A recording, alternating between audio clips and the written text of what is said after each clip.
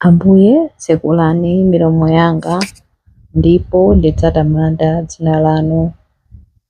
Ulemu ukhale kwa Atate ndi kwa Mwana ndi kwa Mzimu Woyera, monga panali poyamba, tsopano ndi masiku onse, ndi pa nthawi zosatha. Amen. Mulungu amapatsa anthu ake mphamvu ngati tikhulupirira njira zake. Amafulumira kulipsira onse amene amasenza zolemetsa za tsiku. Mulungu amapatsa anthu ake mphamvu. Mulungu amapatsa anthu ake chiyembekezo ngati tikhulupirira mu liwu lake. Mapemphero athu amamveka nthawi zonse. Mokoma mtima amalandira wina aliyense wolakwa. Mulungu amapatsa anthu ake chiyembekezo. Mulungu amapatsa anthu ake chikondi ngati titsekula koposa mitima yathu motsimikiza. Iye ndi wokonzeka kuchita gawo lake. Nthawi zonse iye amakhala woyambirira kuchita. Mulungu amapatsa anthu ake chikondi. Mulungu amapatsa anthu ake mtendere pamene chisoni chitidzaza kotheratu, ndipo kulimba mtima kwafika podzilala. Iye amalola kuti nkhawa zathu tizitule mwa iye. Mulungu amapatsa anthu ake mtendere. Ulemu ukhale kwa Atate ndi kwa Mwana ndi kwa Mzimu Woyera, monga panali poyamba, tsopano ndi masiku onse, ndi pa nthawi zosatha. Amen. Chilimbi 1. Munthu amene ntchito zake zolungama ndipo mtima wake ngoyera adzakwera phiri la Ambuye.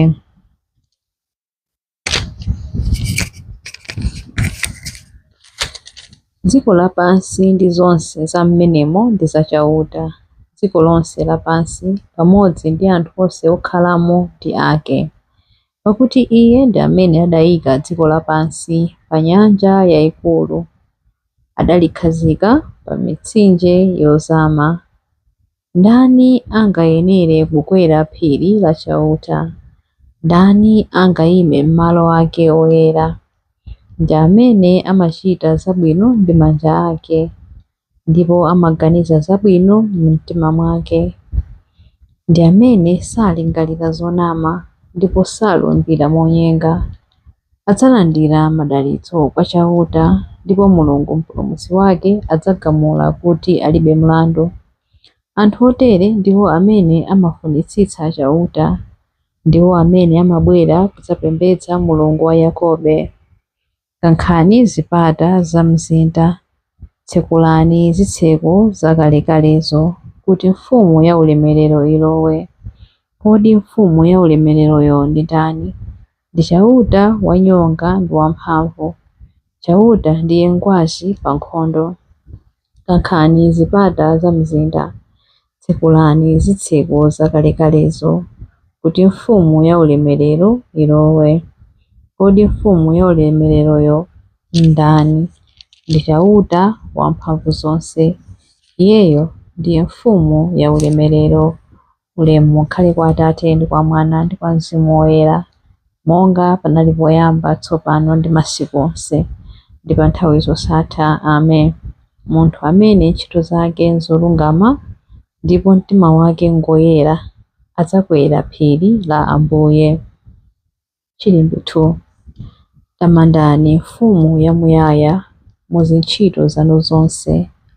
Atamandike Mulungu wamuyaya, chifukwa ufumu wake ndi wosatha.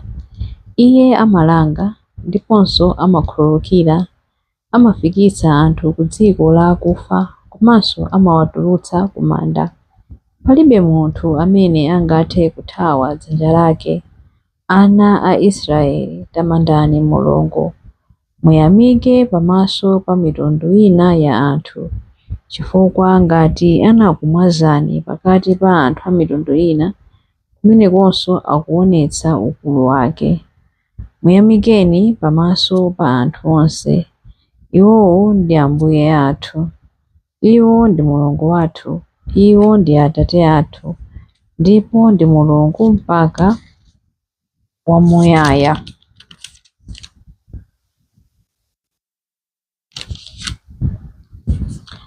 Angakhale amakulangani chifukwa cha machimo anu, adzakuchitirani chifundo nonsenu, adzakusonkhanitsani kuchokera ku mitundu yonse ya anthu kumene adakumwazirani.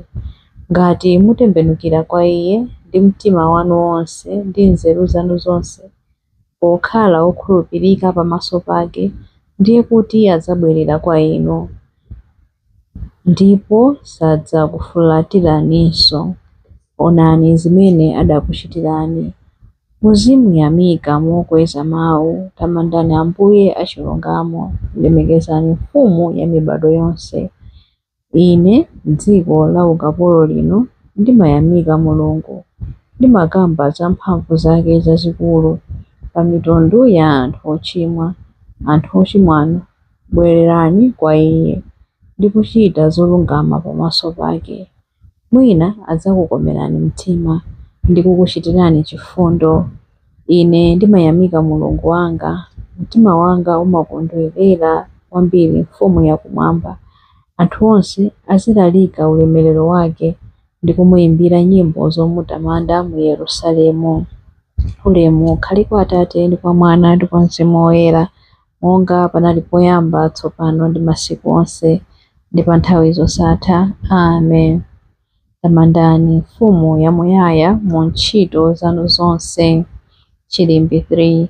Anthu a mtima woyera ayenera kutamanda Ambuye. Kondwerani mwachauta inu anthu ake, zoonadi chitani zolungama, azitamanda. Tamandani chauta ndi pangwe, muyimbireni nyimbo ndi zeze wa nsambo khumi. Muyimbireni nyimbo yatsopano, kodolani ansambozo mwaluso ndi kufuwula mosangalala. Mawu achauta ndi olungama, zochita zake zonse amazichita mokhulupirika. Iye amachita zolungama ndi kuweruza mosakondera, amaonetsa chikondi chosasinthika pa dziko lonse lapansi. Chauta adalankhula ndipo zakumwamba zidalengedwa, zonse zakumeneko zidalengedwa pamene Iye adalankhula mawu ake. Adasonkhanitsa pamodzi madzi a mnyanja zakuya, ndipo adaziyikira malire kuti zisasefukire. Dziko lonse lapansi liope chauta, anthu onse okhala pa dziko lapansi achite naye mantha, pakuti Iye adalankhula ndipo zidachitika, adalamula ndipo zidaonekadi. Zolinga za anthu akunja, chauta amazisandutsa zopanda pake. Maganizo awo onse amawasandutsa achabechabe, koma zolinga za chauta zimachitika nthawi zonse. Maganizo a mtima mwake amakhazikika mpaka muyaya. Ngodala mtundu wa anthu amene Mulungu wawo ndi chauta, anthu amene chauta amawasankha ake. Chauta ali kumwamba, amayang'ana pansi ndi kuona anthu onse. Kumene amakhala pa mpando wachifumu, amapenya anthu onse okhala pa dziko lapansi.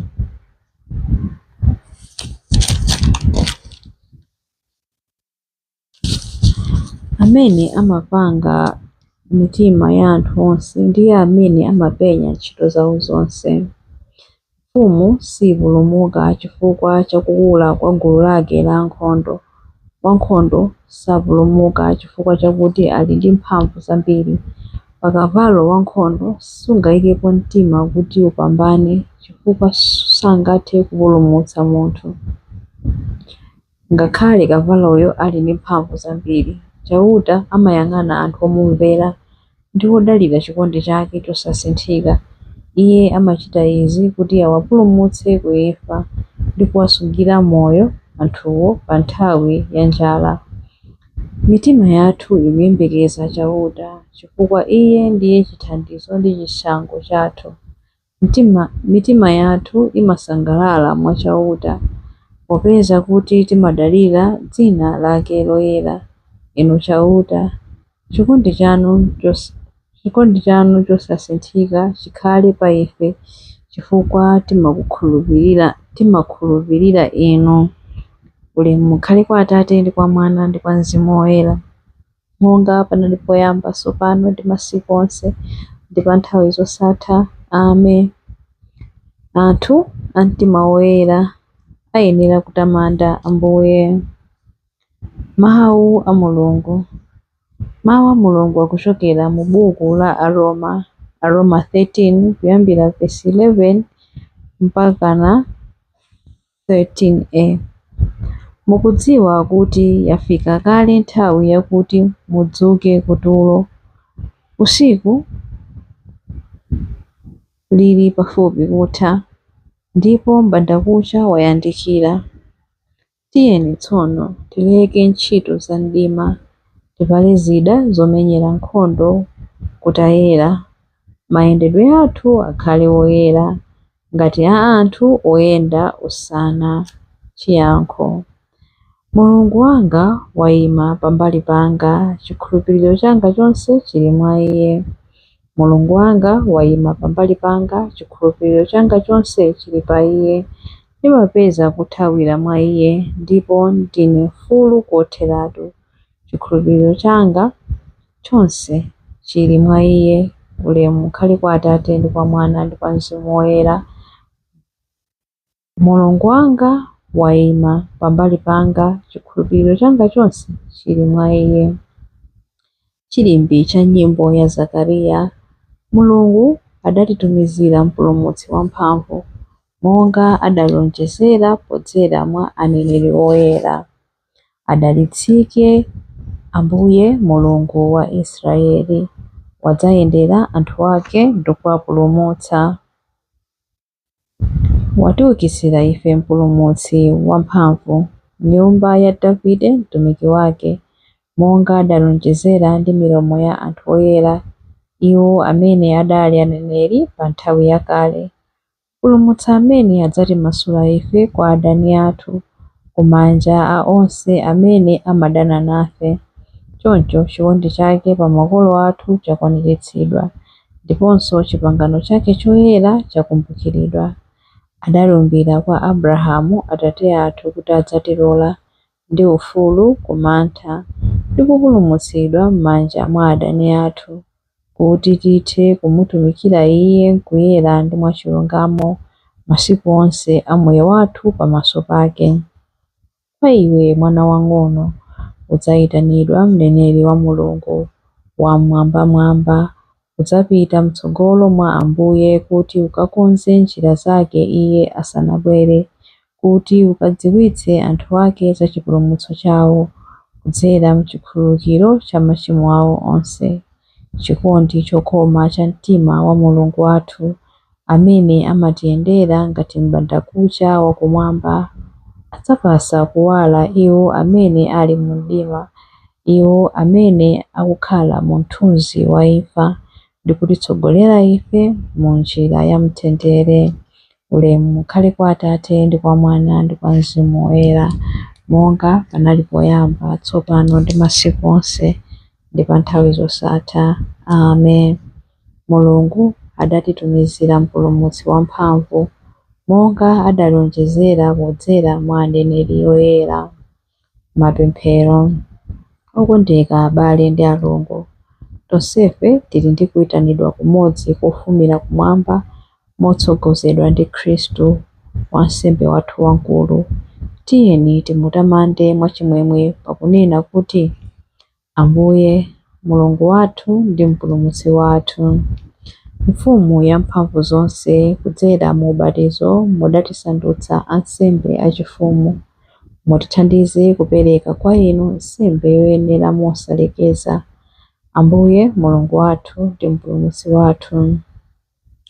Mutithandize kusunga malamulo anu, kuti potero kudzera mwa Mzimu wanu woyera ife tikhale mwa inu ndi inu mwa ife. Ambuye Mulungu wathu ndi mpulumutsi wathu, tipaseni luntha lanu